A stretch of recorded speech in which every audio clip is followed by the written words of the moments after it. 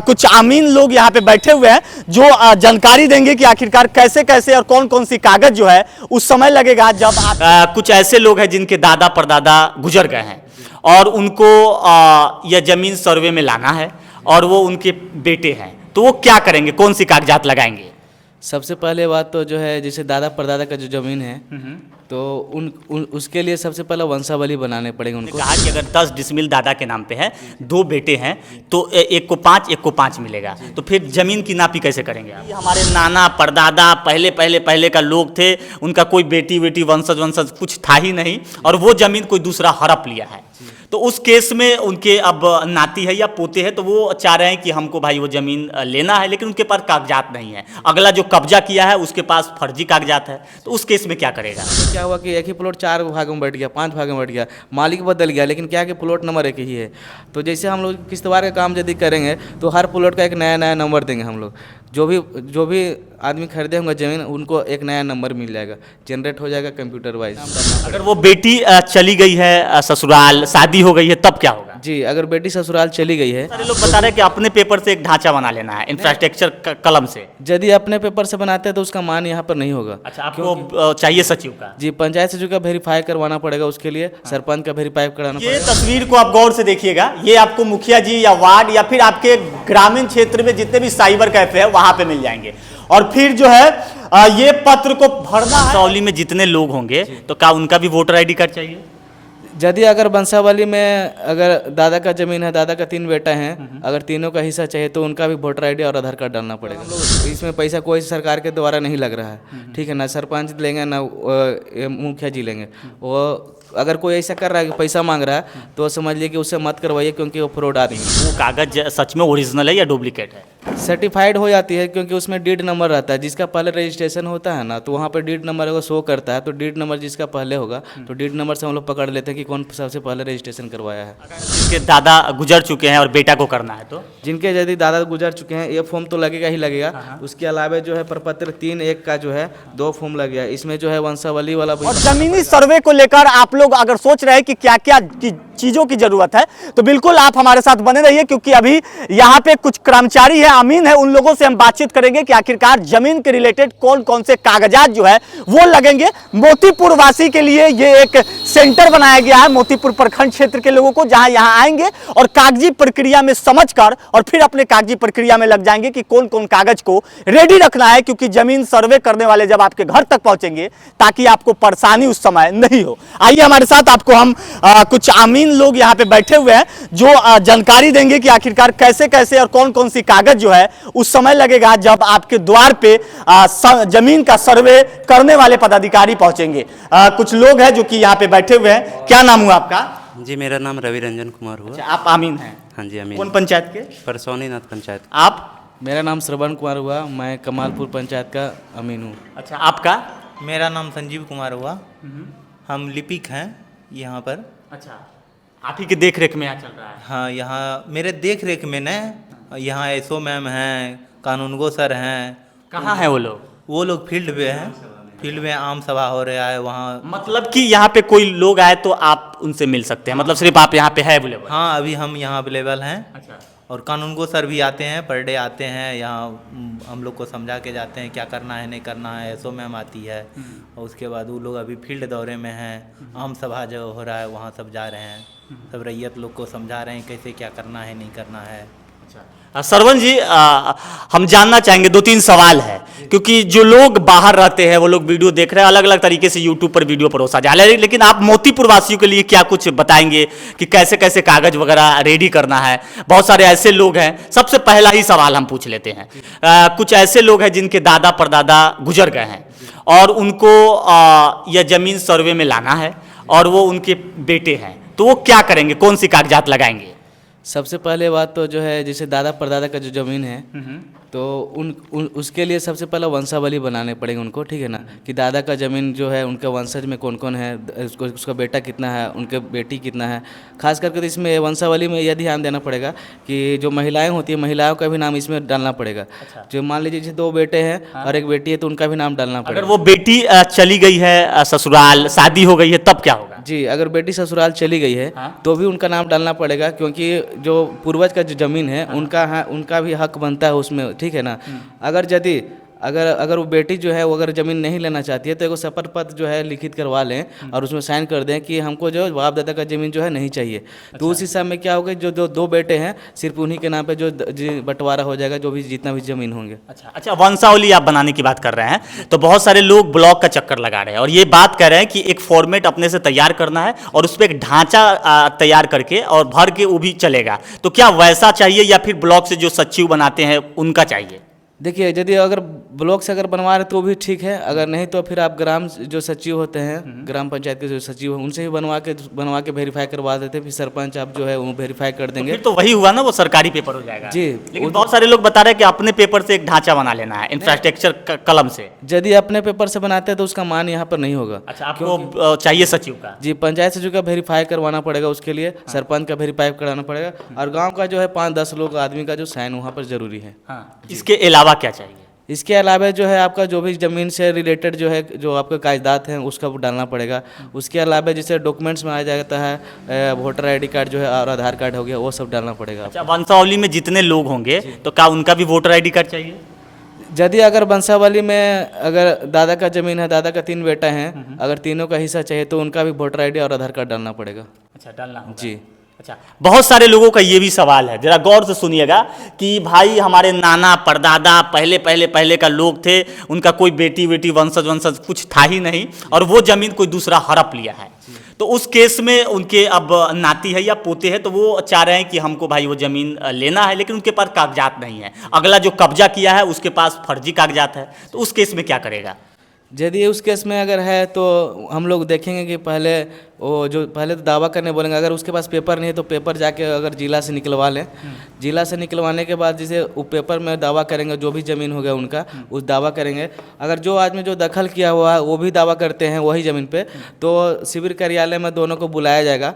बुलाने के बाद बंदोबस्त पदाधिकारी कानूनगो और अमीन जो रहेंगे वहाँ का, जो हम लोग भी बातचीत करके जो भी जेन्युइन होंगे फिर उनको दिया जाएगा वो ज़मीन। मतलब वो मिल जाएगा? जी, मिल जाएगा। कागज का कैसे आप लोग सेटिस्फाइड करेंगे कि वो कागज सच में ओरिजिनल है या डुप्लीकेट है? सर्टिफाइड हो जाती है क्योंकि उसमें डीड नंबर रहता है। जिसका पहले रजिस्ट्रेशन होता है ना, तो वहाँ पे डीड नंबर अगर शो करता है तो डीड नंबर जिसका पहले होगा तो डीड नंबर से हम लोग पकड़ लेते हैं कि कौन सबसे पहले रजिस्ट्रेशन करवाया है। अच्छा जी।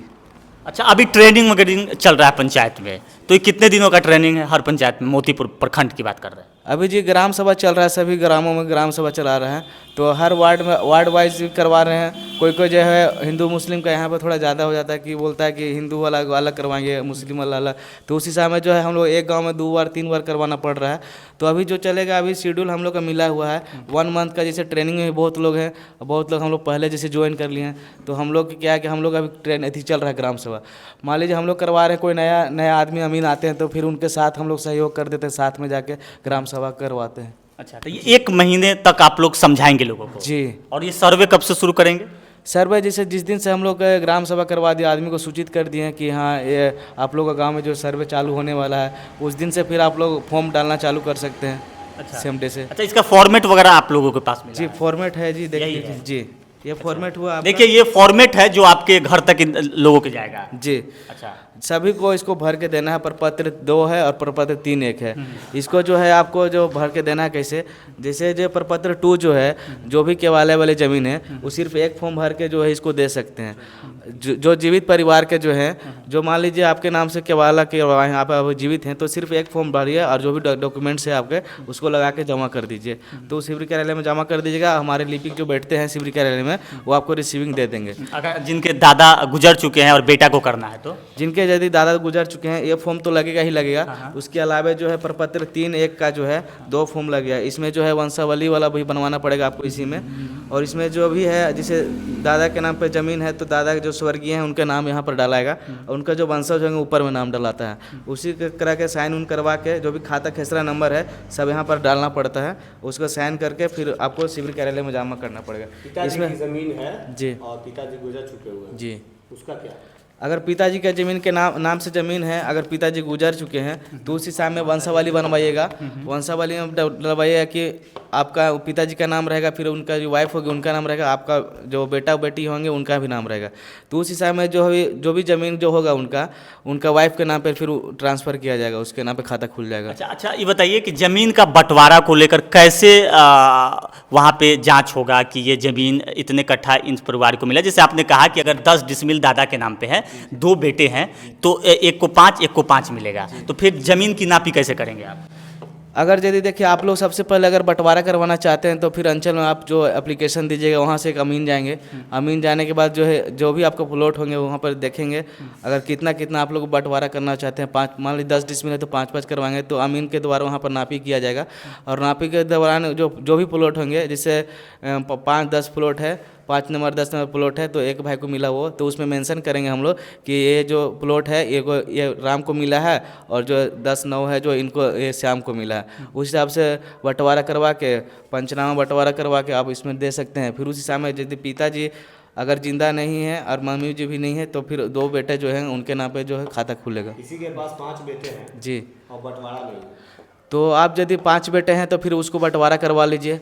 अगर आप सर्वे किस चीज़ के लिए हो रही है? सर्वे में नहीं खुल जाएगा पूरे लोगों का? सर्वे जो खुल तो जाएगा, लेकिन जो है हमको एक लिखित आपको देना पड़ेगा। वही चीज़ तो आप में बताइए, अभी तो अंचल का काम बंद है। जी, लिखित आपको देना पड़ेगा कि क्या बोलते हैं, पंचायत सचिव जो हैं आपके गांव के और सरपंच जो हैं 10 आदमी से पंचनामा बंटवारा करवा के साइन उन करवा के वेरीफाई करवा दें। इसी पेपर के नीचे लगा देना। जी, आपसी सहमति में जो है हम लोग बंटवारा करवा रहे हैं, हम लोग आपसी सहमति, कोई विवाद नहीं है। उस हिसाब में जो आप पेपर जो दीजिएगा वही आपका वैलिड हो जाएगा। जी, सरपंच वगैरह अगर मुखिया वगैरह बैठ करके इसको कर लेते हैं तो जी हो जाएगा। अच्छा, बहुत सारे पंचायत में ऐसे लोग घूम रहे हैं, पैसे की मांग कर रहे हैं कि हम सब चीज़ करवा देंगे, तो क्या कुछ पैसा वैसा का डिमांड भी है क्या इसमें सरकार की ओर से? अगर यदि कोई ऐसा बोल रहे तो समझ लिए फ्रॉड आदमी है, उसके बातों पे मत जाएं। हाँ। ठीक है ना, जैसे हम लोग कर्मचारी जो हम लोग इसमें पैसा कोई सरकार के द्वारा नहीं लग रहा है। ठीक है ना, सरपंच लेंगे ना मुखिया जी लेंगे।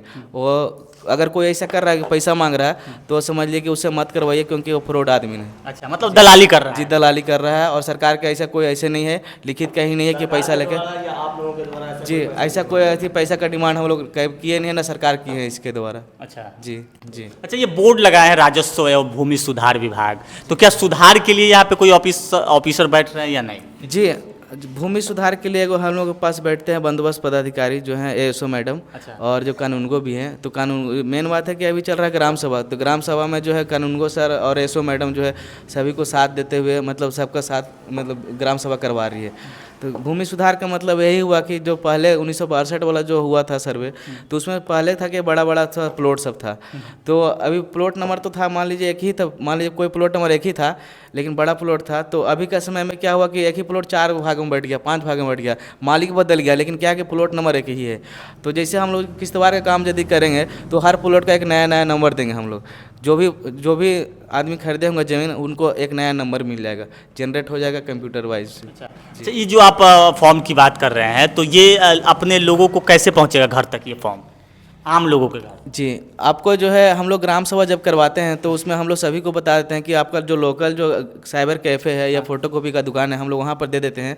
और जो मुखिया जो वहाँ का प्रतिनिधि सब है जो है, जैसे वार्ड हो गया, मुखिया हो गया, सरपंच हो गया, उन लोग को भी हम लोग प्रोवाइड करवा देते हैं। अच्छा, वो घर घर दे देंगे? जी, अगर घर घर देंगे नहीं तो फिर जैसे गांव में एक गांव में जैसे फोटोकॉपी का दुकान, तो हम लोग वहाँ दे देते हैं, तो वो लोग वहाँ से ले सकते हैं आराम से। फोटोकॉपी अपने से कराना होगा? जी, अपने से करवाना पड़ेगा। ये फॉर्म को जब भर लिया जाएगा तो फिर कहाँ जमा करना है? सबसे पहले तो रैयत लोग को हम लोग सब जो ग्राम सभा करवाते हैं तो बता देते हैं कि जैसे फॉर्म को भर के अच्छी तरीके से एक फाइल में बना के आप शिविर कार्यालय जो हम लोग महिमा गोपीनाथपुर जो है सरकार भवन, यहाँ पर आपको जमा कर सकते हैं। और नहीं तो ऑफलाइन मोड हो गई है, ऑनलाइन मोड में DLRS करके जो वेबसाइट हम लोग का है, उस पर आप जाकर ऑनलाइन भी करवा सकते हैं। अच्छा, जब यहाँ पे आपके कागजात पहुँच जाएंगे तो क्या आप लोग यहाँ पे भी कुछ काट छाँट करेंगे क्या? अगर नहीं, हम लोग जैसे यहाँ पर जैसे फॉर्म जमा किए हैं आप लोग, तो अगर कुछ लिपि के द्वारा चेक किया जाएगा कि सब चीज़ मान लीजिए सही है तो ठीक है, ये यहाँ पर साइन करके और रैयत से भी साइन करवा के और रिसीविंग एगो दे देते हैं। ये जब जमा होगा तो रिसीविंग आप जी रिसीविंग मिल जाता है, रैयत को भी मिल जाएगा कि हम यहाँ पे फॉर्म जमा किए हुए हैं। अगर किसी प्रकार का मान लीजिए हम लोग से खो जाता है या भुला जाता है तो फिर रैयत दावा कर सकते हैं कि हम फॉर्म तो जमा किए हुए हैं, आप लोग जो है गड़बड़ कर रहे हैं, तो इसी समय जिसे हम लोग रिसीविंग दे देते हैं। तो ये काम होता है लिपिक लोगों का कि अच्छा से संभाल के। इसका नाम क्या है? ये जो है प्रपत्र 2 बोलते हैं, ये जो स्व घोषणा पत्र है जो आम जनता के द्वारा दिया जाता है, स्व घोषणा पत्र। अच्छा जी देखिए, तो ये तस्वीर को आप गौर से देखिएगा, ये आपको मुखिया जी या वार्ड या फिर आपके ग्रामीण क्षेत्र में जितने भी साइबर कैफे है वहां पे मिल जाएंगे। और फिर जो है ये पत्र को भरना है और मोतीपुर प्रखंड के महिमा गोपीनाथपुर पंचायत भवन है वहां पहुंचना है और वहां ये जमा कर लेना है। आपके एक लिपि होंगे, देख लीजिए, वो इनके जैसे और भी सदस्य यहाँ पे मौजूद होंगे, ये भी मौजूद होंगे और ये आपको चेक करेंगे, सिग्नेचर करेंगे और फिर ये जमा कर लेंगे और आपको रिसीविंग दे देंगे। तो ये चीज को आपको बिल्कुल ध्यान में रखना है क्योंकि यही चीज आप तक पहुंचेगा और इसी को आप लोगों को भरकर यहाँ पे कार्यालय में जो है जमा करना है। बाकी आप लोग वीडियो देखकर समझ गए होंगे कि आखिरकार अमीन जो लोग हैं वो क्या कुछ कह रहे हैं और मोतीपुर के लिए वीडियो था, लेकिन ये जानकारी पूरे बिहार के लोग अगर आप देख रहे हैं तो यही जानकारी हर ब्लॉक क्षेत्र में है क्योंकि जो प्रशिक्षण इन लोगों को राजधानी से मिली है वही सब जगहों पे है। सब जगह का टर्म एंड कंडीशन कुछ ऐसा ही है, बस आप लोगों का जो कार्यालय होगा जिला का और प्रखंड का अलग अलग जो एक पंचायत भवन को दिया गया है वो सिर्फ अलग होगा। बाकी मेरा नाम कैफी है, बिहार वाले कैफी पर मुझे आप लोग देख रहे थे। अभी के लिए बहुत बहुत धन्यवाद, शुक्रिया।